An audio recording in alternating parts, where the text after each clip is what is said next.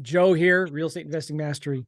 And I got my good friends Foster and Jared here. And Yes. it's been a couple weeks since they were in St. Louis. And we've been talking a little bit back and forth on text and Voxer, and they've been taking massive, massive action. Jared, how much mail have you sent so far? I think we've sent 3,100 postcards in 2 weeks. Love it. 3,000 something postcards in a couple weeks. And a lead came in. Foster, talk a little bit about this lead, and then we're going to look at it here in a second. Yeah, I think the first thing that I would say, I was looking back at the reference ID to see what batch this lead was from. And it shows the patience game. And it doesn't take a while, right? I think this lead came from our first or second batch, which was 2.5 weeks. And so you can't expect it to come in 5 days. It might, but also it's not a super long game where it's a month, right? So 2.5 weeks, I think that was great. We were patient, seeing if our range was correct. This one came in. It's exactly who we're looking for, a motivated seller who's just getting ready to pay taxes, has visited their property once since they bought it. And the husband bought it. He's since deceased, lives out of the county, and just would rather have the money than pay money for something she's not using. Yeah. So so far we've gotten 4 leads from this campaign. I'm looking at Freedom Soft. We'll look at it in a minute. Because we're right now, Foster, you talked to the seller, and their situation is husband bought it a long time ago. He's recently deceased. Is that right? Correct. 7 years. And so you talked to the seller, and how did you discuss the price thing? And how long did you talk to her? I touched base with her as soon as I could, phone call wise. I was actually just driving and I was headed to a dinner. And so I knew that I could call her in about 2 hours once I was in front of my computer and in my office. But I wanted to give her a call and at least let her know that I got her voicemail and I'm going to actively get back to her. So I gave her a call. And I just wanted to figure out her buying temperature so that I could prepare numbers in my head. And I could tell that her selling temperature was pretty high. So I chatted with her for about 5 minutes on the phone, told her the exact time I would call her back so that she could have her postcard in front of her so that she could be focused and everything as well as me. Then that second call was 35 minutes. And I first laid the outline, like it says in the script, of what this call is going to be, and then what actions we're going to take after the call if everything goes well on both ends. She agreed. I started to go into questions, asking her about sewer, electric, water, road access, all of that. It's a pretty vacant property. Number of trees. Yeah. It's a pretty vacant property, so it doesn't have much, and she hasn't even been there, so her knowledge is very low. And she would start to throw things out like she recognizes that the property isn't worth that much because of everything that I laid out that it doesn't have. I agreed with her, told her that the price range on her postcard was probably incorrect now with this new information. She agreed. And then that price range was about 30 to 60 grand. I told her it's going to be more about 20 to 30 grand. And then we agreed finally on about 17 grand. She said that she wouldn't take 10 grand. I told her, okay, it's going to be above 15 grand. And she said, I could do that. If you set me an offer above 15 grand, I would sign it. Good. And we don't know much about this property. I'm going to pull it up and we'll look at it here in a minute. It may be a good deal. It may not. It may be in an area that is complete wetland, swamp, who knows, but it's in a desirable county. It's a good sized property. It's in an area where there's a lot of transactions. So the chances of it being a good deal are pretty good. Also, and we talked about this already, I'm just kind of repeating myself, but sometimes when priced is the data provider that we get, they tell us what they think the property is worth, and they do their best job with their algorithms to try to get that, but they may be way off. And sometimes they can't tell if a property is on the water or in the middle of nowhere, if it has road access or not, things like that. So I'm going to pull it up here just to kind of show you the way I would look at the deal. But here's the great thing you got to remember too. The way our contract works is we have 3 months to close. And so sometimes you just don't know. We're just going to take our best guess. We're going to get it under contract. Let the market tell us what they think the property's worth. If we buy it for 17 and we try to sell it for 27, are we going to get any interest or not? You will know within the first few weeks, in the first month, if we're getting a lot of calls, if we're not getting any calls. We're going to find some local realtors that will be our boots on the ground that can go look at it. So we want to try to get it under contract at the lowest price that we can, and then see what we can do, see if we can sell it. because we can back out of that contract or cancel it for any reason, just so you all know that. So you sent me the GPS coordinates. Price says it's worth about 128. So in our range postcard, we suggested we said we can offer between, I don't remember what it was, 20 and 30,000 maybe, or 30 and It was 40,000. 30 to 50%. So I think the postcard was like 35 to 60. Okay. Yep, exactly. All right. So that's great because that filters the calls out. Now you're only talking to people that are going to be in the same ballpark of where you need to be. All right. So I'm going to share my screen here. I pulled the property up by GPS coordinates, and this is a property in this part of Florida. All right. North of Fort Myers. One of the first thing I noticed was you see developments over here and none over here. And this is some kind of wildlife refuge. The other thing I noticed is I don't know if there's actual road access or not. So if we switch on to maps here, you see this lot here. Well, there's no roads actually, really, but if we switch on to satellite, there is this dirt road here. Don't be discouraged by any of that because it may not mean anything.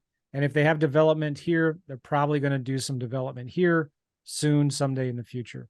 What I like to do next is I'm going to pull this property up on MapRight. It's called id.land now. I'm just going to search by GPS coordinates. So it's this property right here. And one of the things I like to do, I want to see on this property, get some information about it. It's 2.5 acres. So it was last purchased in 1983. Don't know. Yeah, it was sold. They purchased it for $3,000 in 1983. The other thing I like to do here is I'm going to X out of here and I'm going to go to overlays and I'm going to add on FEMA floodplain. It's in a floodplain, but everything is out in this area. If I zoom out, all the blue is FEMA floodplain. And all of these homes over here are in the floodplain, so not a big deal. I'm also going to scroll down and there's an option for wetlands. And you can see now this may be a little more concerning is it's now also in wetlands. And if you zoom out, you can see these developments are not. Now, here's the thing. They were changed to not be wetlands. And it's not like they took this whole development and raised it 10 feet into the air. These homes are still at the same elevation as these ones, as this area. But like right now, this property is in a wetland, which once you just want to be a little more conservative on what you're offering here. Okay. So this just is a way that I like to looking at these overlays, floodplains and wetlands. And when you're talking to the seller, and maybe you already had this discussion, Foster, you want to find out if they know if it's in a wetland and a floodplain. So for example, we gave them a range postcard and I'm talking to them. I might ask them, you don't know if even though I know it is, I'm going to ask them, you don't know if the property's in a wetland or a floodplain, do you? And see what they say. Because then that gives you a reason to, negotiate on the price even more. And this also gives you another reason you could go back to the seller and renegotiate a lower price also if you wanted to. But let's see what similar properties are selling for in the area. I need to pull this property up on Redfin, but there's no address, right, for this property. So I'm actually going to zoom in on Google Maps and I'm going to get an address of one of these other properties like this one right here. I'm going to highlight it and there's the address. I'm going to copy that address. I'm going to paste it in Redfin because that's going to get me in the ballpark. I'm going to click on this map. I'm going to click on nearby homes for sale. And now I can zoom out a little bit and I can scroll over. So our property that we're looking at is right around here. All right. It's this one. If I can zoom in, sometimes you get a little block there like that. Also, by the way, sometimes you can click on that and if you see if it's off market, if that is the property right there, you can open it up in Redfin and sometimes see a history if it's ever been listed for sale or not. But so here, what I'm going to do is I'm going to start zooming out and I'm going to create a filter for just land. And ours is, what did I say? 2.5? 2.5 acres. Yeah. 2.5 acres. So I'm going to do another filter here for lot size. Let's do 1 to 4 acres. All right. So now I'm just looking at active for sales. I'm going to start zooming out and see, are there other similar properties currently listed for sale in that area? I'm not seeing any. So I'm wondering if something is wrong with my filter. I'm just going to remove my filter. Again, my property's in the center of this map. I can zoom in and there it is, right? I'm zooming out. Now I'm getting some vacant lots that are for sale over here, but nothing's for sale over here. Let me zoom out again. I'm going to sort from low to high. Now, these are little 1/4 acre lots. I'm going to go back here and do a filter for, this is interesting. If I do minimum 1/2 acre, minimum 1 acre, you get some really expensive properties here. This is 6 acres, 80 acres, 80 acres. So let's go back and let's do maximum 5 acres. So we're looking for 1 to 5 acres. There's nothing there. Let's zoom out one more time. This maybe is our closest comp. That's for active. Now let's switch to sold. Last 3 months, not much. 6 months, a few things. Last year, not a lot. Joe, when I did it, Uh-huh. I I did a filter of under contract and pending, and a lot came up that were under contract. Oh, okay. This one right here, 199. Okay, that's good. This is double the size, but let's take a look at this property and let's look at the images to see what kind of property it is. Definitely has road access. I'm going to guess it's real close to being in a wetland or floodplain because of these issues here. Not a big deal again, but it's next to some residences or some structures. Can you put that on Google Maps and we compare to where that is to our property? Yeah, well, It's if we just look little, here, little north. see, it's that red one right there, and we're right here. So it's maybe a mile or two. So that's good. That's an interesting comp. Why this one has not gone under contract and this one has. Let's look at these pictures. Okay, this is a real similar area to what we were just looking at. We have houses over here and nothing over here, right? So their property that they're trying to sell is in this stuff. It just hasn't been developed yet. It maybe, probably will be developed someday in the future, right? But it just hasn't yet. So somebody buying here, it's more of a speculative play. They want to just have a place to park their money. And in 10, 20, 30 years, they'll develop it and it'll be worth a lot more. So this property is real similar to what we're looking at. And they're asking 84 grand and it's been on the market for just 8 days. Where is that compared to ours? Ours is right here. And Okay. that one's right there. And they're 5 acres. We're 2.5 acres. But I have a feeling it'll be interesting to see whether that sells or not. So I'm just switching now between for sale and solds last 6 months. Let's go back to the past year. Now there is this property that sold for 10 grand. Just Now, north of our same amount of acres. Yeah. It might have been an investor. Let's see if we can tell how long it was under contract. I'm going to click on sales and tax history. So this sold in less than a month. So that's a good sign. They had it listed for 17.9 and it sold pretty quickly for 10 grand. That might have been an investor who bought, I don't know. But one of the first things you'll need to do is call this agent, call the listing agent right here and call the buyer's agent, Carrie, and just tell her, hey, we've got another property close to one you just sold a few months ago. Do you have any buyers looking for another deal like that? And also call the listing agent, but they're going to be able to tell you, hey, you know what? Yeah, I got a buyer, but they won't pay more than this. So you're going to know, okay, well, maybe I'm too high. Maybe I need to go back to the seller, renegotiate. Like that property is real close, but it did sell pretty quickly within the last 3 or 4 months. Let's zoom out It's to the see if we same can size see. though, and sold for 10,000. So that's not good for where we're at now. I mean, that's Maybe right by ours. you might want to talk to the seller again and say, you know, I was looking and I see there's a property real close nearby that sold for 10 grand, just like yours in that same area. And I'm a little concerned that this is kind of a bad area because there's no development at all over here. And it's a wetland. It's a wetland. There's a bunch of homes over here, but nothing over here. And there's no easy road access. This is something that you need to talk to her about. There's no, if I go into Street View, your property is right here. There's no easy road to get to it. Now, none of these properties have roads to it. So it's not a deal killer. And just tell her I'm concerned about being in a wetland. I'm concerned about this other property I see that sold for 10 grand recently. And I'm concerned that there's no easy road access. What's the absolute lowest you would take? So you're still not making an offer. You're just asking her, bringing up your concerns, see what she can say. I would still suggest getting it under contract at the lowest price that you can, because you never know. You may be able to sell it for 5 or 10 grand more. So the next step is let's find some realtors who have sold vacant land in this area. So I'm going to start zooming out and I'm just going to look, I'm going to remove my acreage filters here. No min, no max. And there's a whole crap ton of realtors that have sold properties up here. Let's just look in the last. But you can do land only, 3 right? months. This is land only? Yeah. Okay. So I'm here in Redfin. I'm looking at solds, land only, and there's no acreage filters here. And so here's 38 properties that have sold recently in the area. You might call this guy. This is a 40-acre lot. And scroll down, you'll see the listing agent and the buyers. Well, sometimes you see the buyer's agent up there, but call the listing agent and see if they would have any interest, if they know any buyers for your property. And then you can also go back here.